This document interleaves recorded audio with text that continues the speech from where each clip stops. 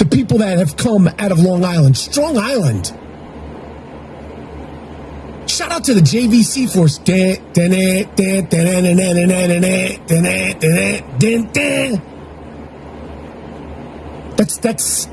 That's a deep cut. Do yourself a favor and YouTube JVC FORCE, Strong Island. Use that in Beats, Rhymes, and Life, The Travels of a Tribe Called Quest, because if you were around New York City, 86, 87, 88, 89, and you were into hip-hop, you know that chorus.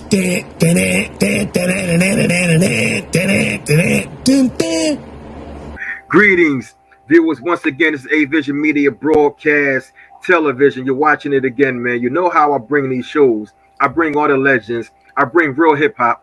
This is what I do. So now we have the man, AJ Rock, JVC FORCE.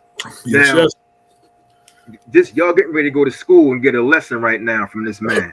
This man got books. He got hit songs. You know, he was a hip hop vet back in the day, man, doing big things. Him, B Love, all of them, man. So this is AJ Rock. How you feel, brother? I'm good. Shout out to my partner Ryan B Love. It's all good. Let's just run through it, man. AJ Rock is a member of the hip-hop group JVC FORCE, which stands for Justified by Virtue of Creativity for All Reasons Concerning Entertainment. Now let me stop you. Let me stop you. So okay. Somebody wrote that online and they're wrong. It's FORCE. He says for all reasons. It's supposed to be for obvious reasons, FORCE. I don't know where the person got all from, but somebody put all, and they've been running with that all over the internet for like years. Forever. So it's about creativity for obvious reasons concerning entertainment.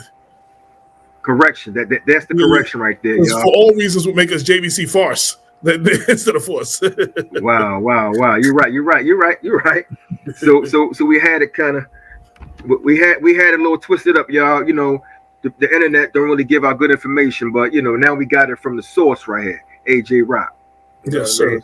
Can you tell me how all of this happened for you, man? You know, with the group JVC FORCE, how did that happen, man, for y'all? Well, I mean, I'm not originally from Long Island. I'm originally from Mount Vernon, New York. So like my parents decided to they wanted to get a house in Central Islip, Long Island when I was like 7. And then like my parents they broke up and I drove my mother crazy. So she moved me back to Mount Vernon for high school. And then I came back, I ended up coming back to Long Island after high school. So when I get back now, everybody on the block, my man Mike Walls and Rodney Norman, my next door neighbor, telling me how Bill and them are doing their thing now. They're a couple of years younger than me. You know what I'm saying? So while I'm going, they're doing their thing. So they was going to do a little house party, and my boys decided they was taking me to the house party.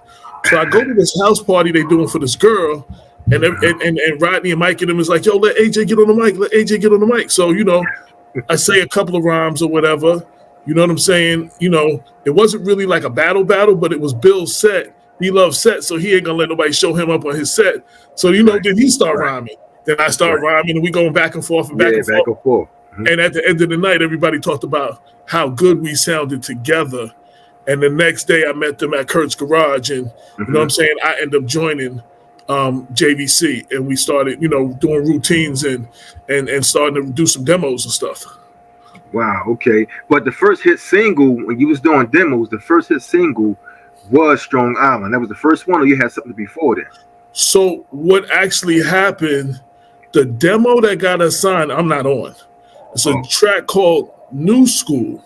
So B Love did it and had this other cat that ran with us, Rob. They called him Rob Stinger. He's doing the beatbox.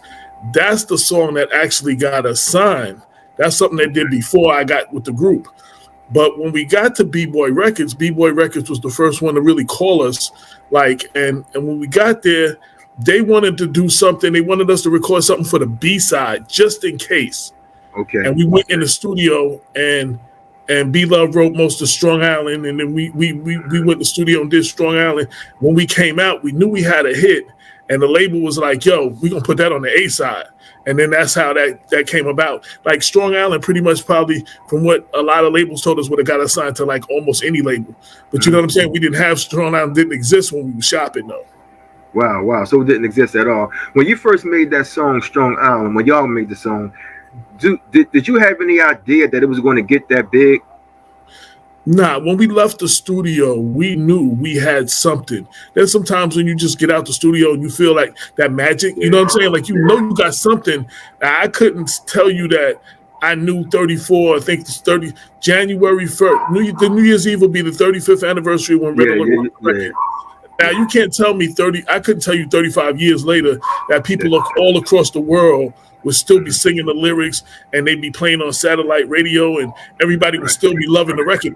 I'd be lying if I told you that. But we did it because, you know, at that time, you kind of had to be from one of the 5 boroughs to be official in hip hop. Okay. And the cast that was from Long Island, you know, Chuck D said Strong Island, where I got a wildin', which is what we sampled for the chorus. That's right. Rakim said Rough Enough to Break New York from Long Island. Yeah, but nobody else that was from Long Island was like really repping Long Island. You really didn't know if you didn't know that PE and that Rakim wasn't from the city. You know what I'm saying? At that point, nobody was really. So the same way KRS did when he represent Bronx. The same way Shan did Queensbridge. The same way they did the Million Records about Brooklyn. It was about represent where we come from, where we was at, and we kind of put it on the map, and we sampled Chuck D's words, Strong Island, where I got a wildin' for the chorus. And from that point, in hip-hop circles, Long Island been officially known as Strong Island from that point. Yeah, I was going to say that. So it wouldn't sound right if you guys was like, Long Island, what? So you just switched to Strong Island. It was like Strong Island. I think Bill, like I said, we sampled it from Chuck. We got Chuck D, I always give credit where credit is due. Chuck said Strong Island, where I got a wildin'. We took Strong Island from Chuck. Chuck said it first. You know what I'm saying? He's the first one. He may not be the first one to ever say it, but he's the first one on record I ever heard say it. That's right. You know, like Rakim said, Rough Enough to Break New York from Long Island. But Chuck, I think, was the first one that I heard on a record say Strong Island. We sampled his voice for the chorus. Yeah.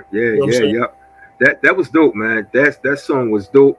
Like I said, it was being played all in Philly, man. They had this record station called Street Beat, which was Lady B.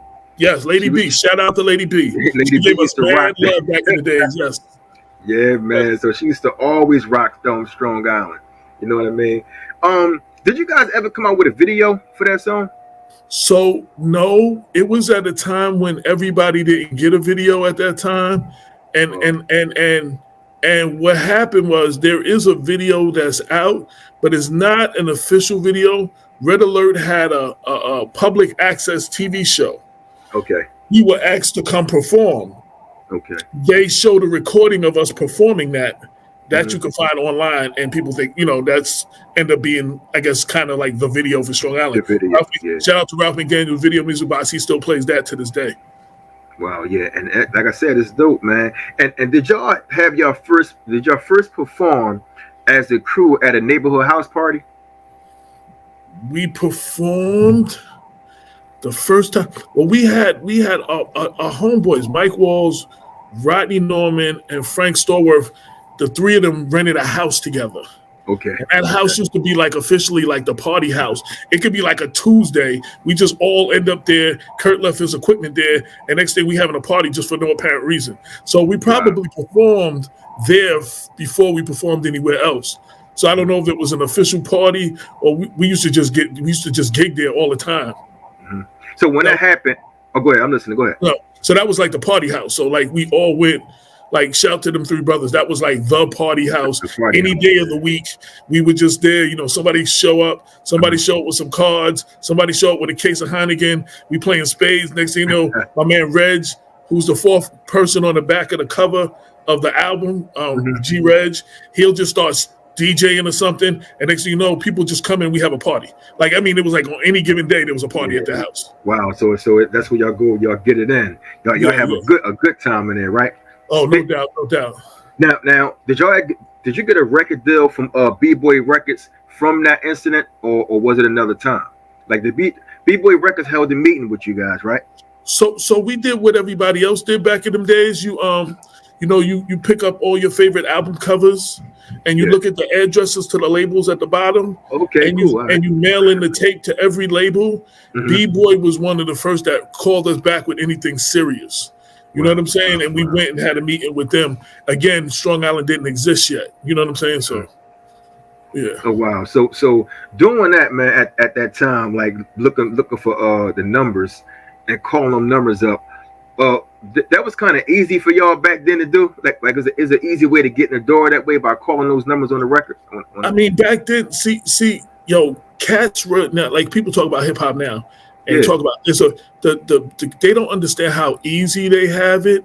Like when we signed, there was no way for us to get our music heard by the world without signing to a label. And now you got young cats can do something in their basement, put it on the internet, and everybody can hear it. We didn't have that. So you had to kind of sign to a label, and the label got you to the record stores, to the different states, overseas. You know what I'm saying? And it's like, you couldn't reach the world like that before without a label. Like it was unheard of back then. We had no internet back then. Like, we had no Facebook. We had no you didn't. In 88. That's right. No Facebook, none of that. So it was a little harder. You got to get your boots dirty back then. But now we all had album covers. So and we're not the first people to do it. I heard many people say that, they looked at the address, the address to Def Jam on the back of LL's album, the address to Profile on the back of Run DMC's album, the address to Select, the address to, you know what I'm saying? All the little labels that was doing things, you know what I'm saying? We would send the tape to all the labels. Wow. Do you also regret, not only you, the group, that your fans never really got to hear what JVC had to bring to the game? What do you mean? You got to rephrase that for me. I don't know. Did the group ever regret that they never had a chance to hear what y'all really can bring to the game? Like, at one point y'all kind of disappeared from the game, like that. So I know y'all had more music in the tuck. I know y'all had more things. So one thing. So we were a self-contained unit. We didn't have a lot of guest producers. Okay. Kurt came up with a lot of the music. We had suggestions and stuff. You know what I'm saying? Bill wrote a lot of the lyrics. I mean, I wrote my share. I handled a lot of the management type stuff, to getting our record on the radio, to getting us in the magazines. I didn't know about publicity. I didn't know about radio promotion. I just wanted the record on the radio so the girls could hear it. I just wanted the record in the magazine so the girls could see us. You know what I'm saying? We didn't know nothing about that. So we were doing all that ourselves. You know what I'm saying? And we also one of the few groups back then that the DJ was signed as a member of the group. If you only time you had that, the DJ's name was in the group, like Coogee Rap and Polo. You know what I'm saying? Eric B and Rakim. But like Kane was signed, but Mr. C wasn't signed. You know what I'm saying? Wow. Usually just the artists was signed by themselves back then. You know what I'm saying? Unless the DJ's name was in the group, Jazzy Jeff and the Fresh Prince. You know what I'm saying? Unless the name was in the group, it was the artist that was signed and the DJ wasn't signed. We were one of the first where the DJ was actually a member of the group. It was a 3-man group. You know what I'm saying? So did y'all have to actually tell a label that y'all are a group, or did they pick themselves and say, no, we want you, but not him? Nah, we did. When I just said everything, we did everything ourselves. We went to the studio ourselves.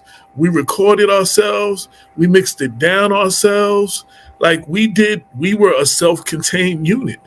And then when we got off of B-Boy, we was on Idler's Warlock, and they tried to change us a little bit because they had success with the Jungle Brothers' Girl I'll House You. So they tried to get us to do some hip house stuff, and that really wasn't us. So, we was creative differences and stuff like that. And then when we got the Big Beat, you know what I'm saying? Big Beat, before they got to Atlantic, we were part of the deal of Atlantic buying Big Beat. So we got the Big Beat. Big Beat was the first time they was trying to give us producers, and they was trying to give. We normally went in the studio. We came up with an idea. We wrote to it. We recorded it. We banged it out, and we did it all ourselves. You know what I'm saying? So everybody wanted to change us at the end. Yeah, you're definitely self-contained. You know what I mean? You did your own thing. Yeah. You know what I mean? Wow. So here's the thing. Like with the group, are you guys I don't know if you're going back in the studio to do anything today, but do you feel as though you want to make more music or no? Well, I'm a hip hop head forever. Yeah, Once you're a real hip hop head, you're a real hip hop head. that's right. That's right. I've quit hip hop several times and it just won't let me. You know what I'm saying? Like I'm done with hip hop. I don't want nothing to do with it. It just won't let me. I got it in my bones. As far as making music, we had a chemistry that we had, Yeah. and when we got the big beat and we recorded big tracks, it was like after the whole Idlers thing, we had that same chemistry. We got that same vibe back again. And big tracks was like one of the first times I felt we had magic after Strong Island like that. But I won't go in the studio. We had opportunities to do stuff. I'm not doing something that's fake. I'm not doing something that we're not all in alignment with, that we all, one person is recording here and the other one's recording here and the other one's producing here. Like if we don't have that chemistry, I'm not doing it. I'm just not doing it. You know what I mean? And I take hip hop everywhere I go. Like right now I got a black newspaper, community newspaper. You know, I'm hip hop. So I put you see hip hop in that, is even when I'm talking about politicians, I'm talking about a congressman, but I'm still quoting a Biggie lyric or a Jay-Z lyric in the article. Right. You know what I'm saying? Right. Like you always hip hop in everything I do. Mm-hmm. Wow, man. But see, when you talking about big tracks, in 1992, did y'all release a third album? But it never was it was unreleased. So we signed to Big Tracks. The group broke up. Depending on who tells the story, I left the group or I got kicked out, depending on who's telling the story. So then I wasn't in the group, and they went to record. Most of the album was done, and they went to record some more without me. And then the group got dropped from the label, and the third album officially never came out. There is a full. So overseas, we did like a limited edition special vinyl. There's one company, they do this thing with the color vinyl with these limited edition joints, and we did a limited edition run with a couple of the cuts. You know what I'm saying? But nobody has heard the entire third album in its entirety. It's never been released anywhere. Who has the third album right now? D-Love has everything that has to do with JVC. He would be what I would call our JVC historian. He got pictures in my basement. He got pictures. He got my daughter was over there to do some videos, and she was showing her all these tapes that he got. They all with my name. I used to do graffiti. They all with my name, with my handwriting, writing the graffiti on them. You know what I'm saying? It's like he has everything. And I would assume that since Kurt produced a lot of the tracks, somewhere Kurt may have a lot of the music. I actually don't have the entire album, like to release like that. But I know B does, and it's just one of those things. It's like if a right situation came up, then cool. But we're not gonna just do it, and you know what I'm saying. And like bits and pieces have been released, and they all over the internet. You know what I'm saying. But it's just like maybe you might hear some of this stuff in a documentary or something. You know, I don't know. You know what I'm saying. Whatever's in the cards. Like, you know what I'm saying. I don't know. Yeah, but eventually we probably hear the music somewhere but down the line. You gotta, while people still interested. You got to have something that they ain't never heard. You know what I'm saying? So, you got to hold on to something they ain't never heard. Right. You got to hold on to some pictures they ain't never seen. You know what I'm saying? So, like I said, if there's a documentary or something, I'm sure that it would probably be in something like that. Which there's been talk about. Hopefully, there's been talk about a lot of stuff. Talks about books, documentaries. I don't jump off the roof about all that stuff no more. People talk about a lot of stuff too. I see a contract or I see an agreement or we, you know what I'm saying, we talk about some money or something. It's just talk as far as I'm concerned. Wow, man. Just I know we talking about real hip hop. Like this is what I do. Do you listen to any of the music today? There's a couple of cats. Well, there's a couple of cats that's been doing it for a minute, like the J. Cole's, the Kendrick Lamar's. There's a new crap up. You in Philly, right? Yeah. My favorite group right now is Coast Contra. Oh, they hot. That's my favorite group, dude. Yeah, They hot, man. They hot. They restored my faith in hip hop. Like, Yeah, they hot. Them boys are hot. That whole group, Eric Jamal, that whole group, and them two brothers, and the other dude that speaks in Spanish sometimes. Yo, them dudes. I think I've seen everything they have posted on social media. I hope they hear this. I am a big fan. That's right. And they have lyricism, and they have personalities, and they have the persona, and they have everything like that. They have the feel of an old school artist, only to spit in new lyrics. You know what I'm saying? With new flows. Yeah, exactly. And you could tell they respect this, and it's not just something to do for them. They really live and breathe and eat this, So that's right. Coast Contra is my favorite. Right now, boys is hot, man. Peace out to y'all. Coast Contra, they hot, man. And Eric Jamal just is a nut, he's a nut. I love the way he be like, and then I see I saw him talking in the interview, and he's so mild while he's talking, but when he's rapping, it's like Busta Rhymes, like, I'm loving that, it's like they hype it up, man. It's like you want to hear more music from them. Absolutely, I'm feeling them cats. There's a couple of others I can't think of their names right now, but Coast Contra is on. Anytime anybody goes, what am I listening to? I definitely say them. Coast Contra, that's right. But there's a couple of cats. There's a couple of cats that still spit. You know what I'm saying? That still spit. Yeah. On the underground, it's just not. They're not really commercial. And there's some of the commercial stuff I do. If it might catch my ear a little bit. There's nothing that I might play over and over and over, but it might catch my ear, But I understand now that I'm 56 years old. I'll be 57 in 5 weeks. You know what I'm saying? And I understand that these young cats that's in their teens and their 20s, they're not making music for me. I'm not the demographics that they making music for. The same way my parents didn't understand what we was doing when I was listening to Kane and Run DMC and all this. Like, yo, what is that noise you listening to? So I really can't really, oh my God, that's garbage. You know what I'm saying? Like we were. It's just not for you. They're speaking to their peer groups. They're speaking to their age, and some of the subject matter. That's where it is. That's what's going on right now. They're speaking. So some of them take it a little too far. You know what I mean? But we had ours that took it a little too far too. But I would like to see, if I had my personal, I would like to see more lyricism and more people that respect the art form. Again, that's no knock to anybody's doing it. Get your paper. Y'all making figures that wasn't even thought about when I was doing it. You know what I'm saying? I ain't mad that y'all making your money.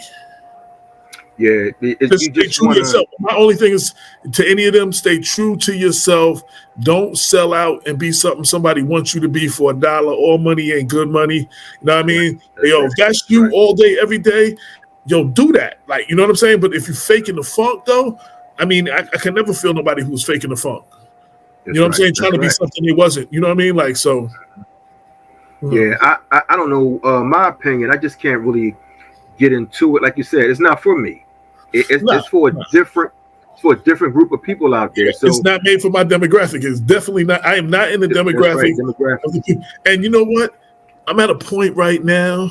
There used to be a time, because after doing the rap, after being an artist, I wrote for The Source and Vibe and all of those. There was never an artist or a group of artists that I didn't know, who they was or whatever. Mm-hmm. But I'm cool now at my age when somebody you heard of so and so, and I'm like, who?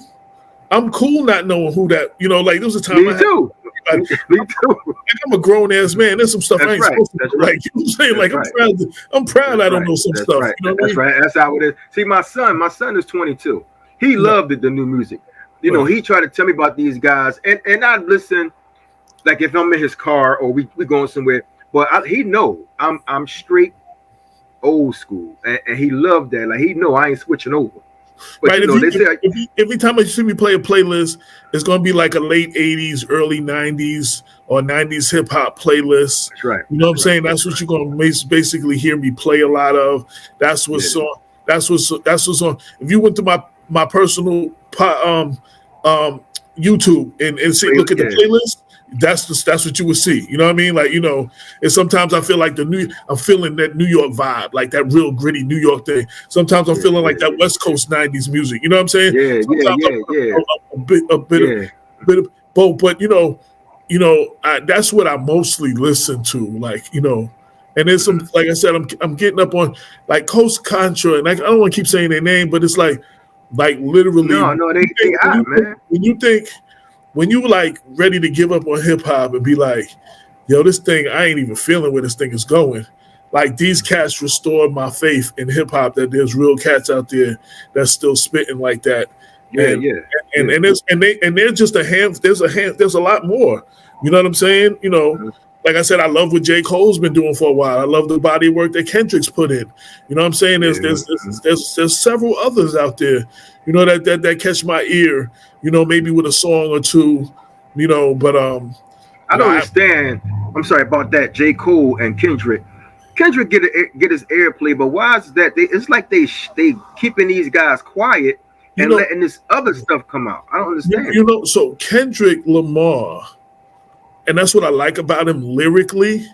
Like, sometimes you have to listen to a rhyme he say 3, 4, 5, 6 times before you actually get everything he's saying with a double entendres, triple entendre, just the flip of the words, the play on words. It's like a lot of times if you just listening to the music, you're not going to catch it. And you can listen to a Kendrick Lamar record 5 years later and be like, oh, word? Oh, yo, and here's something you ain't never heard before.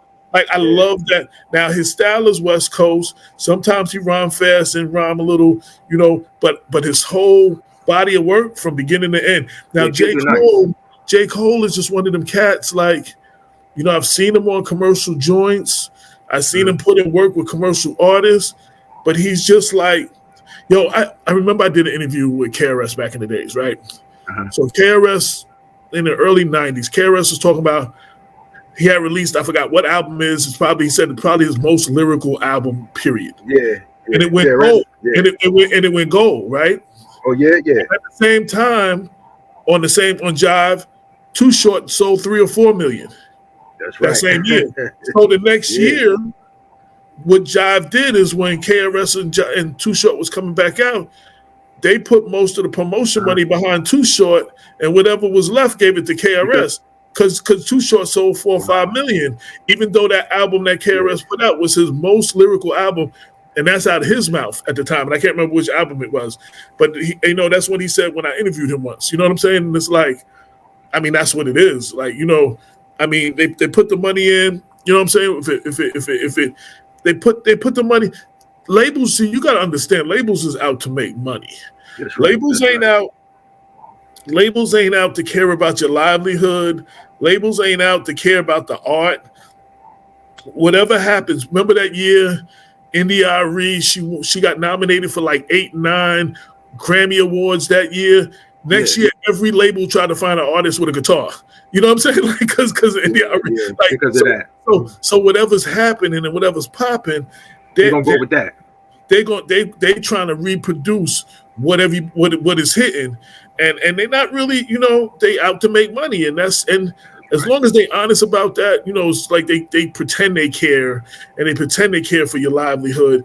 It's never about you. It's all about the business. Like, it's music business is all about business. It's all about making money for them, and they want to make money. You know what I'm saying? Like that scene in Brown Sugar when the dude told Tay Diggs, he's like, yo, we make hits here. You want some lyrics? Go to Ruckus. You know what I'm saying? Ruckus.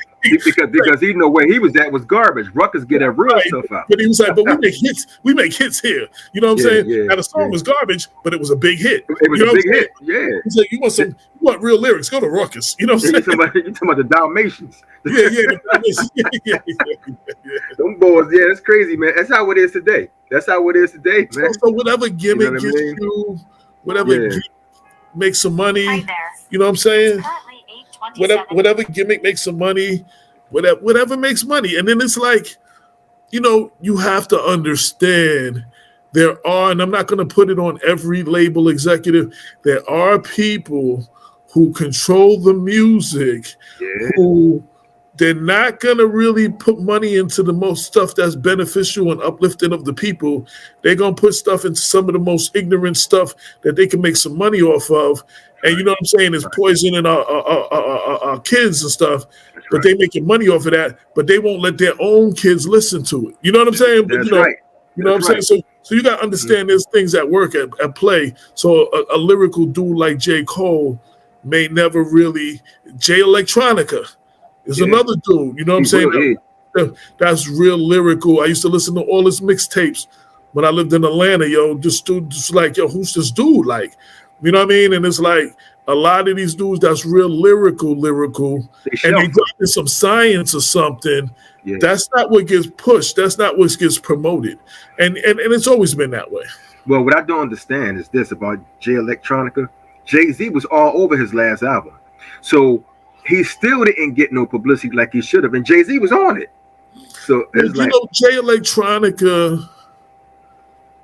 Electronica, you know, I knew some people in his camp. You know, he was dating Erykah Badu at the time.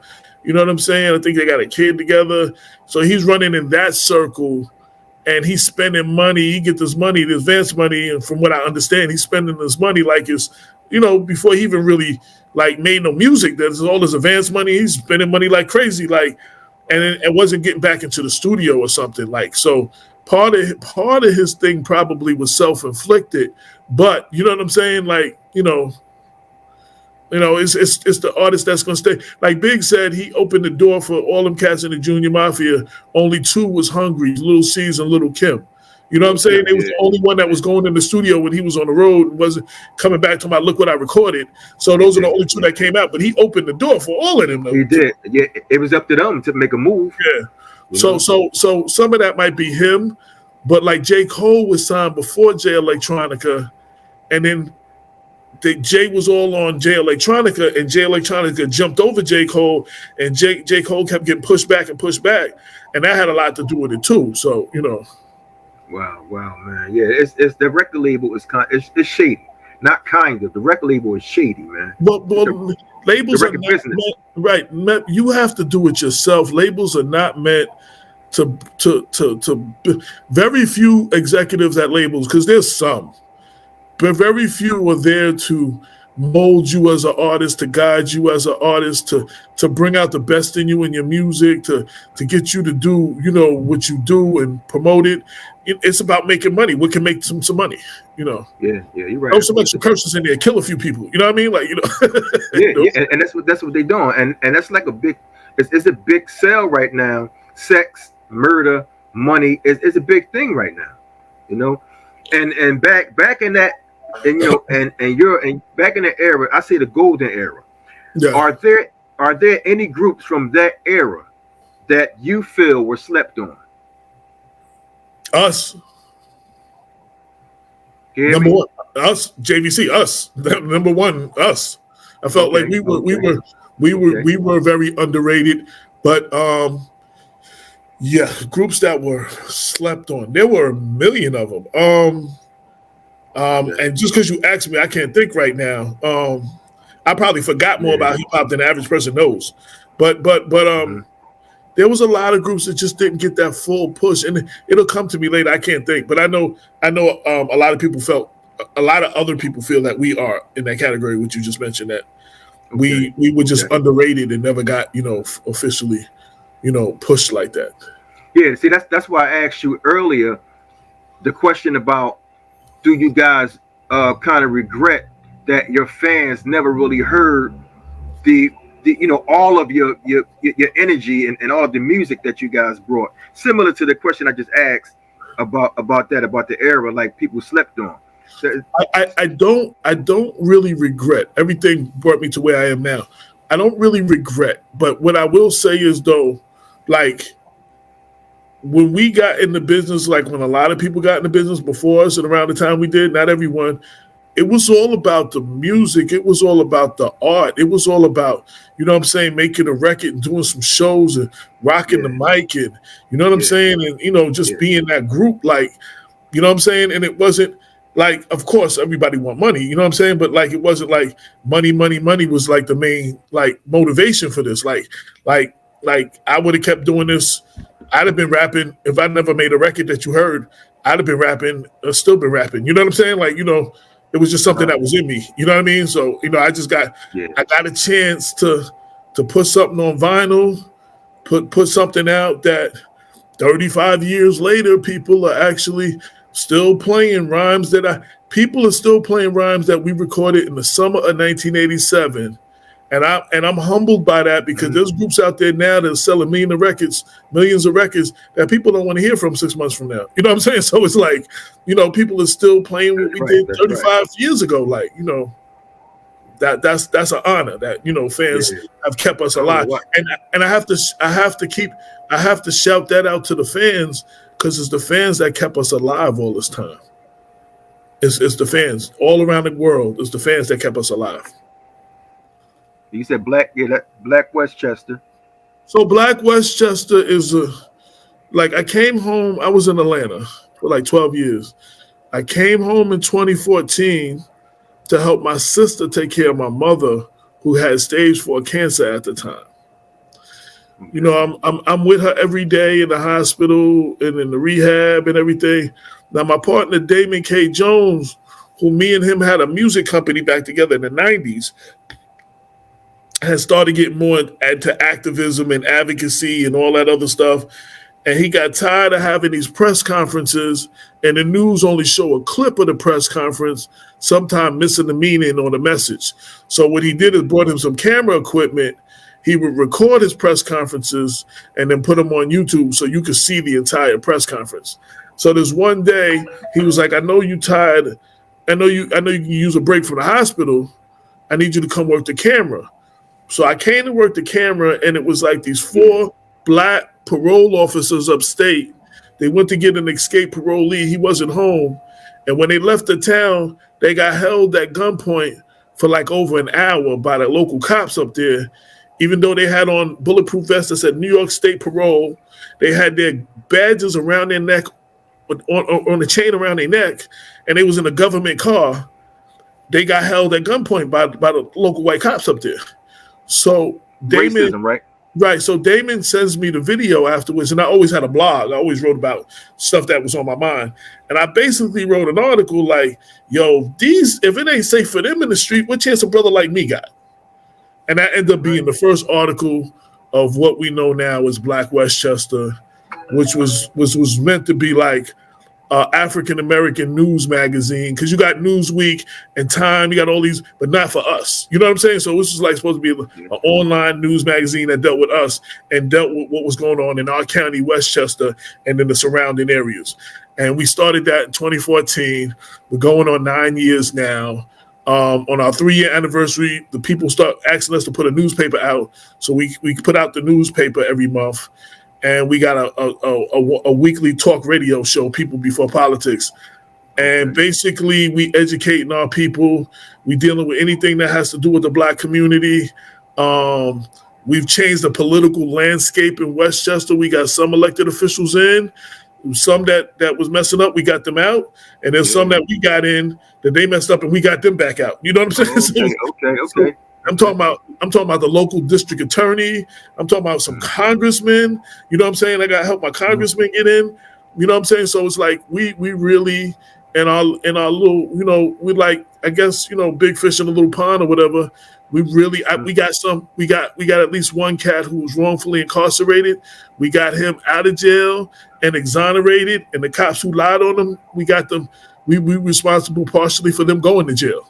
And I'm like, wow. We dealt with police brutality and all that. So that's what Black Westchester is, the news with the Black point of view.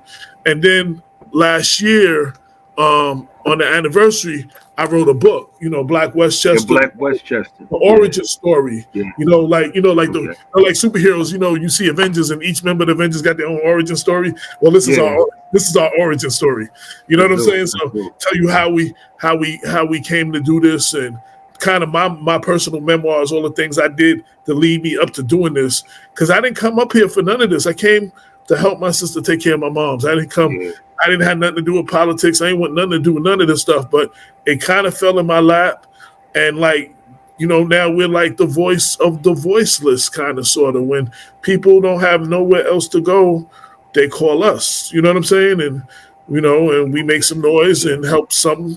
We help some with their situations, and you know what I'm saying, and et cetera, et cetera. So that's a little bit about Black Westchester. You can find everything we do on blackwestchester.com, the radio show, the newspaper, the articles, everything is on there. So that's what we do now.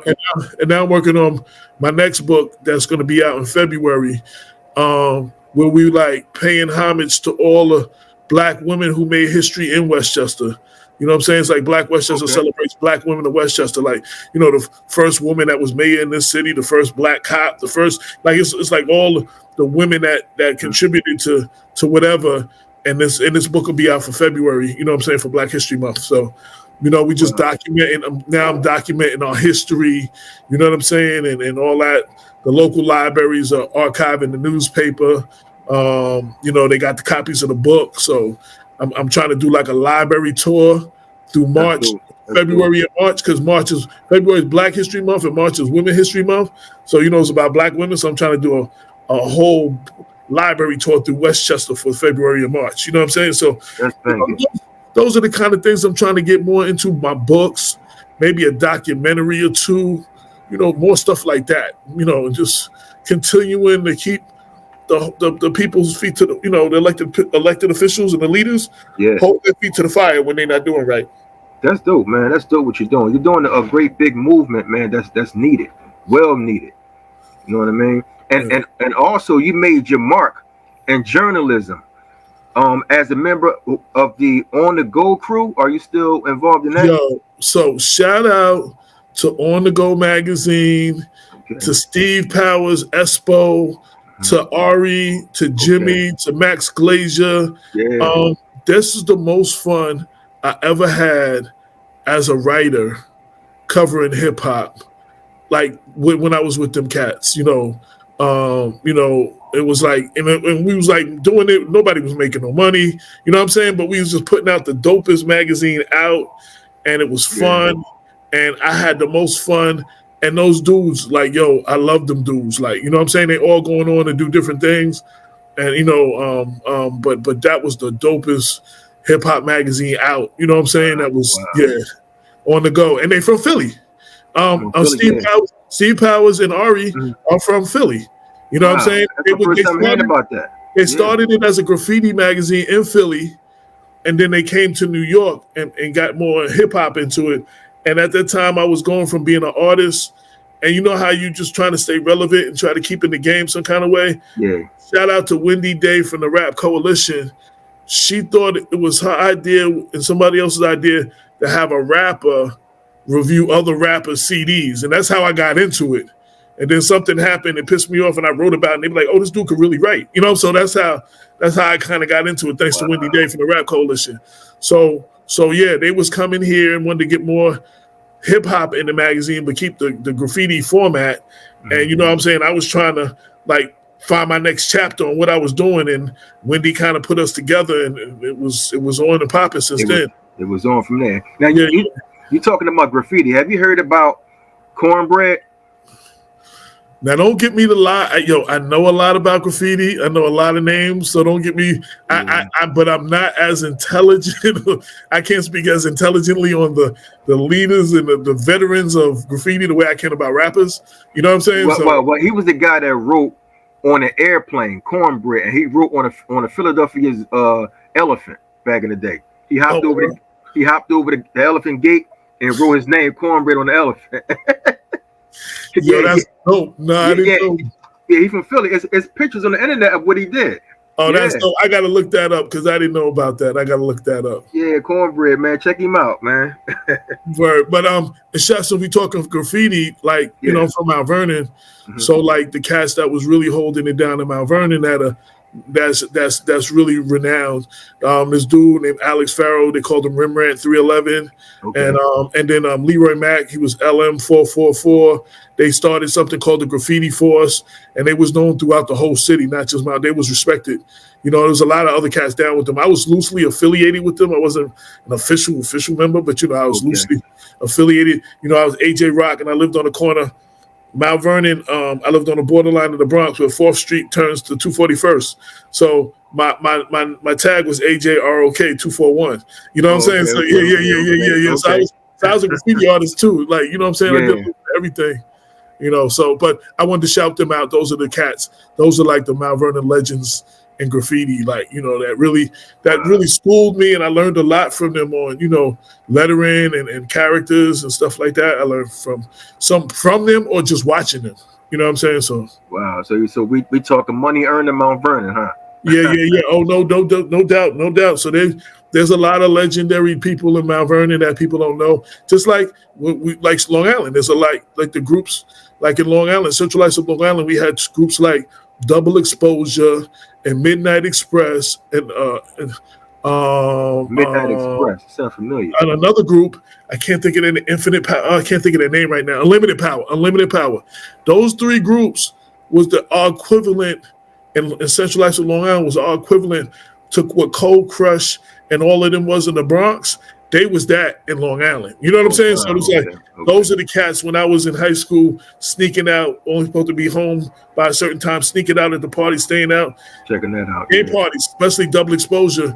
Double Exposure was like really like our big brothers. You know what I'm saying? Like, you know, wow. A couple of them ended up being down with us, you know, rocking with us on different levels. But I just want to shout them out too. Those are legendary people in Central Islip that paid. If there was no Double Exposure and Midnight Express in them, there might not have been no JVC, there might not have been no Craig Mack, there might not have been no Keith Murray. Like, those are the original hip hop heads in Central Islip.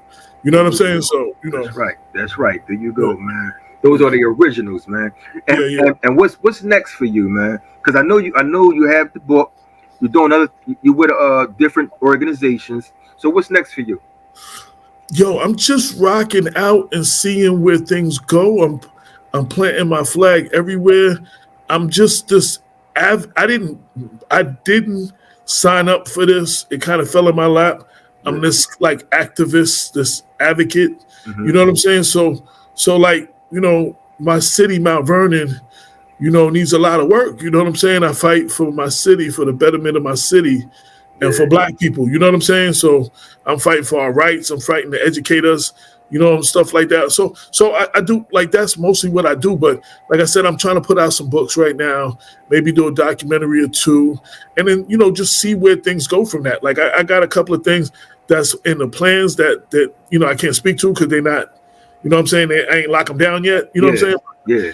But you know, I'm really trying to see where this thing is going to go and leave my mark on that level as well. You know what I'm saying? So like, you know, like I said, the newspaper and the book, they're in the library. So 50, 100 years from now, as long as them buildings are still standing, you know, that paper's there the same way people is playing Strong Island 35 years later. You know what I'm saying? So that's right. So I'm looking to leave everything. I want to leave a legacy shout to my daughter Paula Sherelle Woodson. Mm-hmm. She live in the Atlanta area. Okay. You know, she do graphics. She do photos. She take pictures and do videos and stuff. I want me and B Love was talking. We want to leave everything to our daughters. I want to leave all my published. I was reading about Donald Goines, an artist, an author I like. Uh-huh. He didn't have a lot of money, but he left all his books. He willed his books to his children. Okay. And at least three of them have movies made from the books. So I want to leave her all my published work and unpublished work, all my imagery and everything as far as JVC. So if you want to do anything that got to do with JVC, you want to do anything that got to do, you got to pay her. If I'm not around, you got to pay her. You just can't do it without paying her. You know what I'm saying? So I'm thinking, you know, I hope to live to be 105. You know what I'm saying? But I'm 50. I'm 57 in a couple of months. So you start thinking about stuff like legacy. Yeah. You know, how do you want to be remembered? Mm-hmm. And then you start putting in the work. And you know what I'm saying? So right now I'm doing the community thing, you know what I'm saying, for my community. And that's kind of where I am right now. But hip hop is always and first and foremost my passion. You know, I make my little own ringtones and stuff, and you know what I'm saying? People like, where you get that from? Like, I made that. Like, you know what I'm saying? Like, that's dope. Yeah. That's, you know what I'm saying? I hear something dope online, I download it and spin it up a little bit. That's a ringtone. Yeah, you ringtone. That's right. You know, everywhere I go, it's just like I'm hip hop. Like I'm always gonna be hip hop. You know, I want to see. I just spoke on a panel a couple of months ago, the 49th anniversary of hip hop at Mount Vernon Library. Ralph McDaniels was there, Yeah. and they had MC Debbie D, who was like the first female MC. She used to rock the shop. Yep. That's up too. And then they had his brother James Top, who's like a legendary graffiti artist, and then we had DJ Mark Collins, who's like a legendary DJ in Mount Vernon. He was, he was in Mount Vernon to what the Cold Crush was to the Bronx. Like, you know what I'm saying? He was doing this thing. Okay. So I did. So we're talking about, the 50th anniversary coming up, and being a part of putting something special together. At least in my city, Mount Vernon Library they do like a hip hop thing every year. So I'm trying to work with them to put something really special together to celebrate the 50th anniversary. And I want to be part of as much as I can be part of, those things that are celebrating that. Hip hop's about to get his AARP card. You know what I'm saying? 50 years old. Wow, let's go to that. Let's go to that, man. Listen, you just keep going, man. Keep doing your thing, because you got your hands in a lot of stuff, and it's really needed. It's well needed. I've always been a hustler. Yeah. Like, not necessarily, we get this image, the hustler, the dude on the block. The drug dealer, yeah. The drug dealer or the many different illegal things on the block you do. Like, I still have that same hustler spirit. Like, even when I was, rapping, I was trying to get into little merchandise, and I was trying to get into this. You know what I'm saying? As I was writing, I was trying to get into this. I try to put out a few artists. I try to produce a few artists. Like, I've always, like, wanted to, like, I'm always hustling to that next thing. You know what I'm saying? Just to, hopefully, always be relevant in the game some kind of way, So that's like, I'm always a hustler. So, if something comes across my path and it makes dollars and it makes sense, it's on. It's on and popping. AJ Rock, man. But listen, man, I truly appreciate the fact that you came onto the show. You got a lot going on. You have the book popping right now. Where can they get the book at? Black Westchester. So the book is called Black Westchester: The Origin Story. They can contact me on social media directly to order an autograph copy, or you can just go to Amazon. It's on Amazon right now. It's on Amazon? Yeah, it's on Amazon. Or, just email me, Mr. AJ Woodson. You'll see my social media right there. Right there. At Gmail. At Gmail. And I'm Mr. AJ Woodson on all forms of social media, so you can DM me. You know what I'm saying? And get it that way. Like I said, the next book is February. Black Westchester celebrates Black women of Westchester. I'm really trying to do something really powerful. We covered all these stories, like, when women do these things, but I never saw anything that had everything all in one book. Mm-hmm. So I'm trying to give, as my mom said, give these women their flowers while they're still alive, and then, celebrate the ones that came before them. And I'm trying to really do something special here. So hopefully it'll be received as something special. And it'll be like in all the libraries and the school systems. And I'm really trying to, hopefully, and then maybe there'll be a part 2 to that, because I'm probably going to miss a lot of people, when I put it out. But I'm cramming in as much as I can. Okay, that's cool, man. Everything sounds great what you're doing, man. Like I said, once again, I truly appreciate the opportunity. Viewers, this is A Vision Media Broadcast. We have AJ Rock of JVC FORCE. He came and explained what he's doing. He showed y'all the book, told y'all where to get it from. AJ Rock, man, do you have anything to say to the fans before we log off? As you see, I always represent my Knicks. I know they won 8 in a row and they just lost 3 in a row, but no matter how many times they lose, I'm still always representing my boys. Everything that I'm doing, you could go to blackwestchester@gmail.com. Like, that's the website that has everything. Eventually, I just brought the domain MrAJWoodson.com. I haven't put the site up yet, you know what I'm saying? But it's I just brought that, so everything I'm doing will be able to be seen through that. But right now, BlackWestchester.com is where you find everything: the radio shows, the articles, you know what I'm saying, the newspapers, Mm-hmm. And I have fun with it. I represent and when DMX passed, he was a local legend in Westchester. I did a whole paper dedicated to just him. Like, gave back, for the community and let the fans. It was for the fans. It was dope. I try to do as much little things like that as well as the politics. And I try to mix it up and keep it funky. What I'm saying? You're doing a great job, man, and it's well needed. We need you to stay out. And shout out to my partner in crime, Damon K. Jones, who selected me, who picked me to take this journey with him. this was his idea. You know what I mean? And we going on 9 years. We're going on 9 years. I just did. I got 2 journalism fellowships for the Craig Newmark Graduate School of Journalism. You know what I mean? We got a couple of national media awards.